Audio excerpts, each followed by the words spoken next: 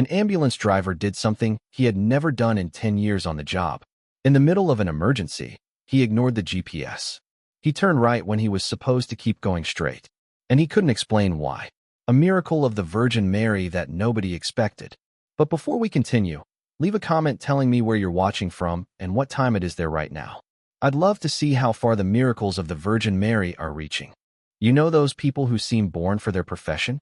The kind who don't just do the work. They become part of it. That was Malcolm Lockwood, 38 years old, ambulance driver.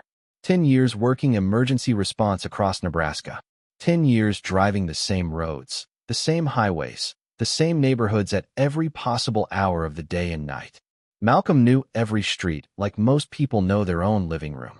Every pothole, every dangerous intersection, every traffic light that stayed red too long, every shortcut capable of saving 30 seconds during an emergency. And in his world, 30 seconds mattered. Malcolm had built his entire reputation on one thing: reliability. In 10 years, he had never lost a patient because he arrived late. Not once. That mattered deeply to him. Because when you work inside an ambulance long enough, you realize something terrifying. Sometimes the difference between life and death isn't skill. It's timing. His co-workers respected him for that. Even the dispatchers trusted him more than most drivers. If Malcolm said he could reach a location in 8 minutes, he reached it in 8 minutes. Traffic didn't matter. Rain didn't matter. Snowstorms didn't matter. Malcolm always arrived. But working in emergency response changes people, especially after enough years. You see too much. Too many accidents. Too many grieving families. Too many good people leaving this world far too early.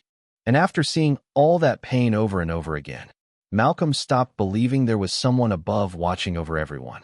Because if there was, why did so many terrible things happen? Why did children suffer? Why did good people disappear while cruel people kept going?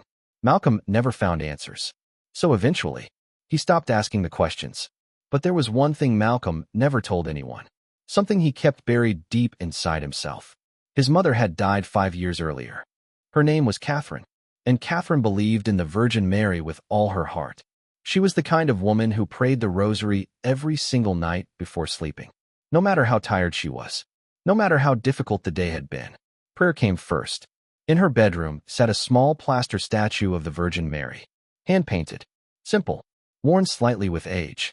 It had belonged to Catherine's mother before her. And every night, Malcolm would see his mother kneeling quietly before it with the rosary wrapped around her fingers. When Malcolm was young, he prayed beside her. He remembered kneeling on the floor as a little boy repeating words he barely understood. Back then, faith felt simple, natural, safe. But as he grew older, that changed. Slowly, quietly, like a light dimming over time. Catherine noticed, of course. Mothers always notice. But she never argued with him, never pressured him, never forced belief onto him. She would only smile sadly and say, "One day you'll understand, my son. One day." Then she became sick.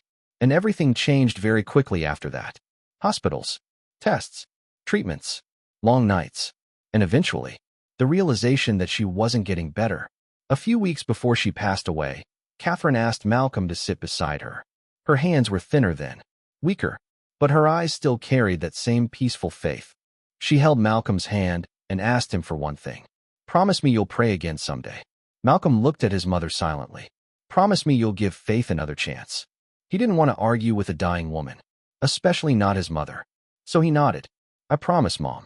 Catherine smiled softly, and a few weeks later, she was gone. The promise stayed behind. Broken, heavy, like a stone Malcolm carried everywhere. Have you ever promised something to someone you loved and failed to keep it? That guilt never disappears completely. It waits quietly inside you, and then suddenly it returns during the smallest moments. Malcolm felt it constantly. Every time he saw someone praying, every time he passed a church, every time he stepped into an ambulance before another shift. He thought about his mother and about the promise, but he still couldn't pray. Something inside him refused. Maybe it was anger, maybe grief, maybe disappointment, maybe pride. Malcolm honestly didn't know anymore. 5 years passed, and Malcolm stayed exactly the same. Working, driving, saving lives, but emotionally disconnected from everything deeper than what he could physically touch. Until that Tuesday night in September. The night everything changed. Malcolm's partner that evening was Steve Ramirez, 30 years old, paramedic, married with 2 small kids at home. Quiet guy, good worker, the kind of partner Malcolm preferred. No unnecessary conversation, no drama, just work. The shift started calmly. Minor calls, nothing serious. Malcolm even caught himself thinking it might end up being an easy night. Then the radio exploded with static. Multiple vehicle accident. Family of 3. Critical condition. Immediate response required. Every muscle inside Malcolm tightened instantly. Adrenaline surged through his body. This wasn't routine anymore. 3 critical victims meant chaos. And chaos meant seconds mattered more than ever. Copy dispatch. Malcolm answered immediately while starting the engine. We're en route. Steve was already moving in the back checking equipment with automatic precision. Defibrillator. Oxygen. Trauma kits. Everything ready. The sirens activated. Red and blue lights burst across the darkness. Malcolm accelerated hard onto the empty street. The GPS immediately displayed the fastest route. Highway entrance ahead. Estimated arrival time. 12 minutes. Malcolm already knew the route by memory. He'd driven it dozens of times before. The night outside looked unusually dark. Clouds covered most of the stars. The ambulance lights reflected across wet asphalt as Malcolm pushed forward with complete concentration. Then suddenly, something strange happened. At first it was just heat, an intense warmth spreading through the center of Malcolm's chest. Not painful, but impossible to ignore. Then came the scent. Roses. Strong. Fresh. Overwhelming. The inside of the ambulance suddenly smelled like someone had filled it with dozens of newly cut roses. Malcolm blinked in confusion. What? The windows were closed. No flowers. No perfume. Nothing that explained it. He glanced toward the back. Steve continued checking supplies calmly, like nothing unusual was happening. Apparently, he noticed nothing. But Malcolm definitely noticed, because the scent kept growing stronger. And then, he heard a voice. A woman's voice. Soft. Calm, gentle, yet impossible to ignore. Turn right now. Malcolm's hands tightened around the steering wheel. His entire body froze. What? Turning right would take them away from the highway, away from the fastest route, away from the GPS instructions. It would force them onto old rural backroads through isolated farmland. At least 7 minutes longer. 7 minutes during a critical emergency. 7 minutes that could cost lives. The voice came again, clearer this time. Turn right now. Malcolm's heart slammed against his ribs. He stared at the intersection approaching fast ahead. Highway straight ahead. Rural road to the right. The GPS continued calmly instructing him forward. Everything logical told him to stay on course. Everything professional told him to ignore whatever this was. But something deeper, something impossible to explain, told him the voice was real. The voice came again. Calm, steady, gentle, yet urgent at the same time. Turn right now. The scent of roses still filled the ambulance. Strong. Impossible to ignore. Malcolm gripped the steering wheel harder. His hands were sweating now. His heart pounding violently inside his chest. Everything logical inside him screamed the same thing. This is insane. Follow the GPS, stay on the highway. Do your job. But something deeper, something he couldn't explain, made him turn the wheel anyway. The ambulance suddenly veered right. Off the expressway entrance. Onto a narrow secondary road cutting through rural Nebraska. Malcolm! Steve's voice exploded from the back. What are you doing? Malcolm swallowed hard. I know, he answered weakly. You know? Steve moved toward the front compartment in disbelief. The family is waiting. We don't have time for detours. I know, Malcolm repeated. But he kept driving. The smell of roses vanished instantly, as suddenly as it had appeared. Now it was only Malcolm, the ambulance, Steve's anger, and the dark rural road ahead. A road that made absolutely no sense. Steve stared at him from behind the divider window.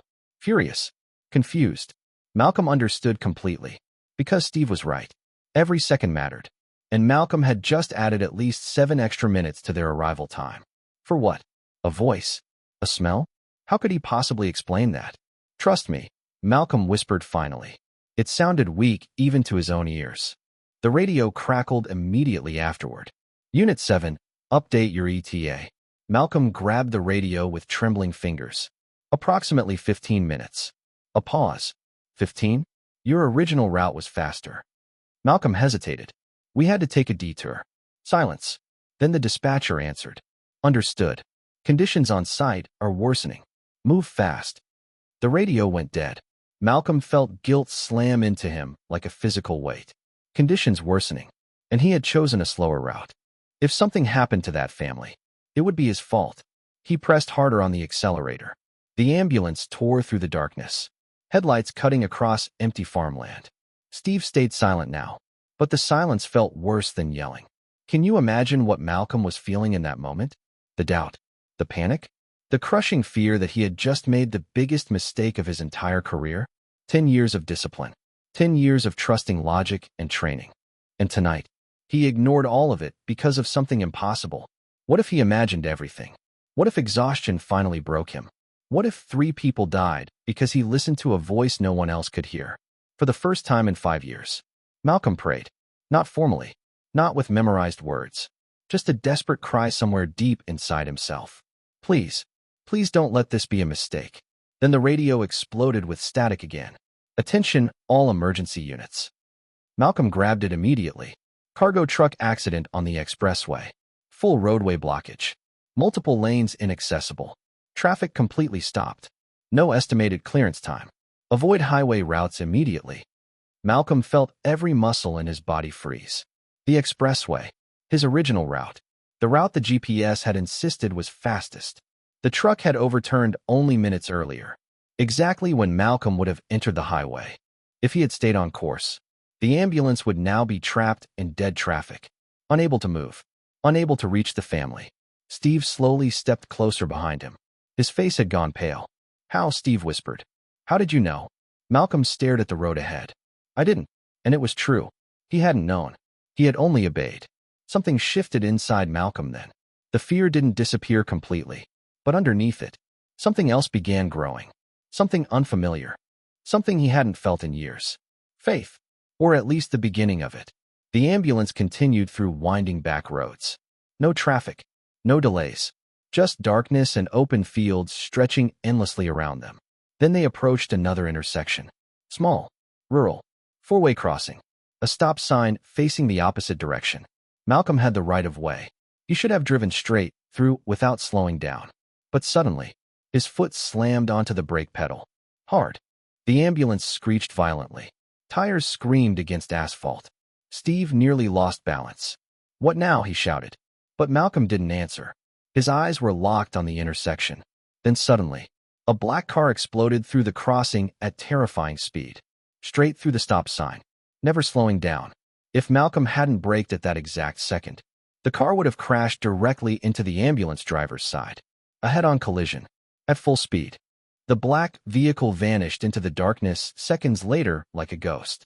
Steve stared forward in horror. My God. His breathing became uneven. We would have been killed. Malcolm could barely breathe himself. His hands shook on the steering wheel. Steve turned slowly toward him. Why did you brake? Did you see the car? Malcolm swallowed. No. Then why? A long silence followed. Finally, Malcolm whispered. I don't know. And somehow, that answer frightened him most of all. Twice now. Twice something impossible had happened. The detour that saved them from being trapped. The brake that prevented a deadly collision. 2 moments. 2 decisions. Both completely irrational. Both somehow exactly right. Coincidence? Luck? Or something far beyond explanation? Finally, the crash site appeared ahead. Flashing police lights cut through the darkness. Chaos filled the roadside. Malcolm parked hard. Both men jumped out immediately. A blue sedan sat crushed near a ditch. Front end destroyed. Glass everywhere. Police officers moved quickly around the scene. Malcolm grabbed equipment while Steve pulled the stretcher free. They ran toward the vehicle. Inside sat the father, bleeding from the forehead but conscious. Terrified eyes. One hand tightly gripping his wife's fingers. In the back seat, a little girl around 6 years old cried hysterically but appeared mostly unharmed. And then Malcolm saw the mother. Unconscious. Breathing shallowly. Face pale. Body trapped against the passenger side. Malcolm moved closer to help. Then froze completely. Her stomach. Pregnant. Very pregnant. 8 months at least. The radio had never mentioned it. Malcolm's chest tightened instantly. 3 victims had become 4. For lives now depended on them. Steve. Malcolm shouted urgently. She's pregnant. Steve rushed over immediately. One look at her stomach changed everything in his expression. We need her out now. Everything moved faster after that. The father helped where he could despite injuries. Police officers stabilized the vehicle. Malcolm and Steve carefully removed the mother from the wreckage and placed her onto the stretcher. Steve immediately began checking vitals. Then Malcolm noticed something strange. The woman's hand, even unconscious. Her fingers were tightly wrapped around something.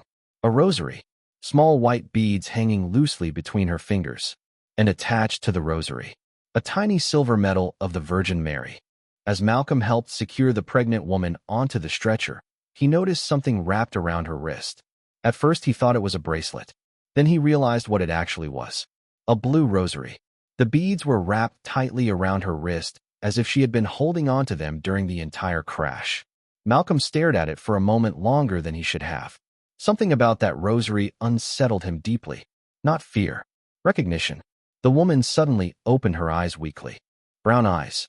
Filled with pain. Filled with terror. My baby, she whispered faintly. Please save my baby. Malcolm immediately leaned closer. We will, he said firmly. You're going to make it. Stay with us. She closed her eyes again, and Malcolm suddenly felt an overwhelming need to protect her. Not just professionally, personally, as if somehow her life had become connected to his own. They loaded her carefully into the ambulance. Steve immediately began monitoring vitals while Malcolm prepared for transport. Backup ambulances arrived moments later. One crew took responsibility for the father. Another checked the frightened 6-year-old boy who thankfully seemed mostly unharmed. Malcolm and Steve remained with the pregnant mother. Her condition was the most critical. The drive to the hospital felt endless. Steve worked rapidly in the back, trying to stabilize her breathing. Malcolm drove faster than he ever had before. But carefully. Every bump mattered now. Every turn mattered. Because inside that ambulance, there were 2 lives fighting to survive. When they finally reached the hospital, the emergency team was already waiting. Doctors and nurses rushed the woman through the automatic doors immediately. Malcolm stood frozen for several seconds in the parking area, watching the stretcher disappear down the hallway. Everyone alive. The father, the little boy, the mother, the unborn baby. All alive. Not because of him. No. Deep down Malcolm already knew that. Because of the detour. Because of the brakes. Because of the voice. Because of the roses. Steve walked slowly beside him. The 2 men stood there in silence, staring toward the emergency entrance. Finally Steve spoke. Malcolm. His voice sounded quieter now. Less angry. What happened tonight? Malcolm kept staring ahead. I don't know. Steve looked at him carefully. You avoided a highway disaster nobody even knew about yet. You slammed the brakes seconds before we got hit. And somehow we still got there in time. Steve shook his head slowly. There's something you're not telling me. Malcolm stayed silent. What could he possibly say? That he heard a woman's voice? That the inside of the ambulance smelled like roses? Steve would think he had lost his mind. Maybe Malcolm himself would have thought the same only hours earlier. Go home, Steve finally said quietly. Get some sleep. Malcolm nodded. But he didn't go home immediately. Instead, he sat alone inside his car in the hospital parking lot. Darkness surrounding him. Silence. And for the first time all night, everything caught up with him. He started replaying the math inside his head. 4 lives.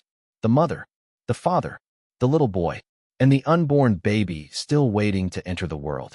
4 lives saved because of decisions that made absolutely no logical sense. A voice, a scent of roses, a right turn. And suddenly Malcolm remembered his mother. Catherine, her rosary, her quiet faith, her promise. 5 years. 5 years carrying guilt inside himself. 5 years refusing to pray. 5 years refusing to believe. And now this.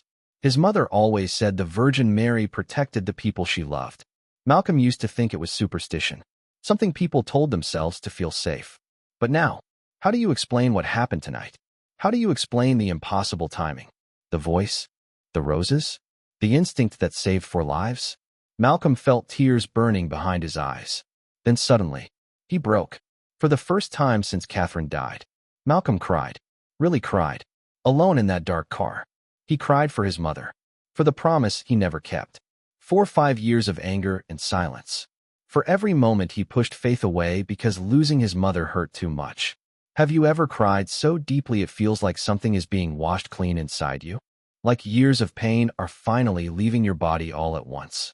That's how Malcolm cried that night. And when the tears finally stopped, he felt something unfamiliar. Peace.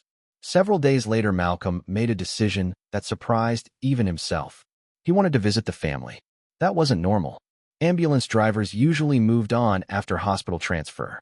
Another call always came. Another emergency. Another life waiting somewhere. But Malcolm couldn't stop thinking about them. Especially the pregnant mother. Especially the blue rosary. By then the baby had already been born. Healthy. A little girl. Malcolm walked nervously through the maternity wing holding a small stuffed bear he bought on the way there. The nurse pointed him toward the room.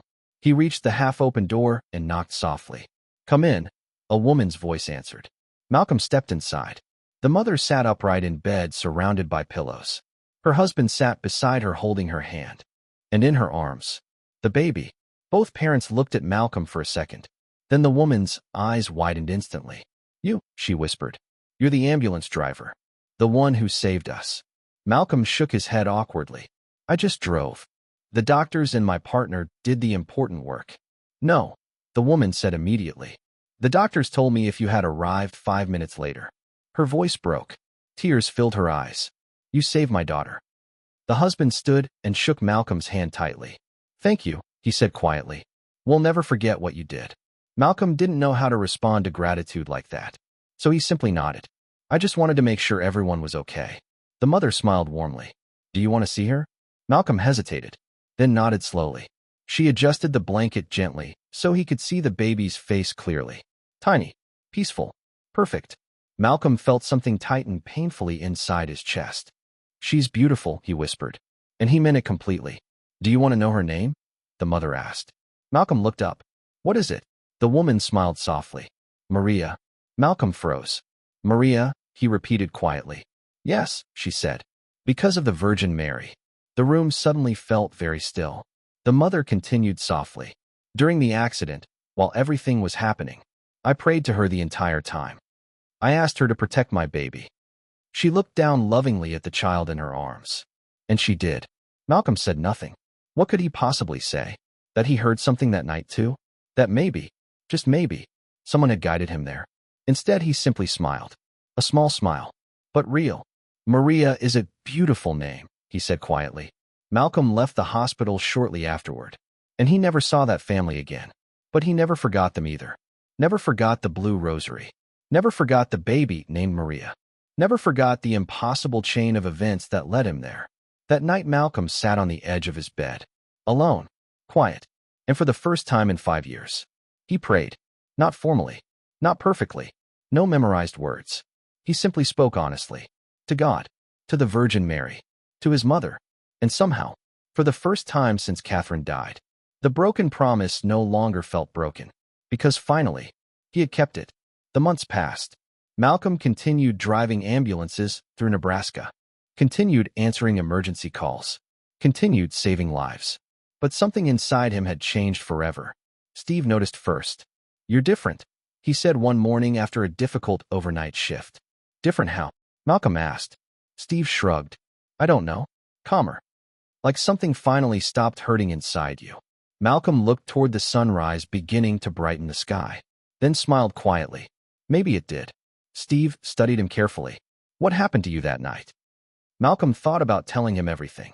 The voice, the roses, the detour, the rosary, Maria, all of it. But instead he simply said, "Sometimes we're given a sign, and we either ignore it, or we listen." 3 months after the accident, Malcolm climbed back into the ambulance for another shift. Cold December morning. Clear blue sky. Steve already sat inside checking equipment. So Steve grinned. "Today you following the GPS? Or making up another mystery detour?" Malcolm laughed softly. That joke had become routine between them now. He started the engine, then answered quietly, "Depends what the road asks for." And he meant it, because Malcolm had finally learned something his mother understood all along. Sometimes the right path isn't the fastest one. Sometimes the right path is simply the one heaven asks you to follow.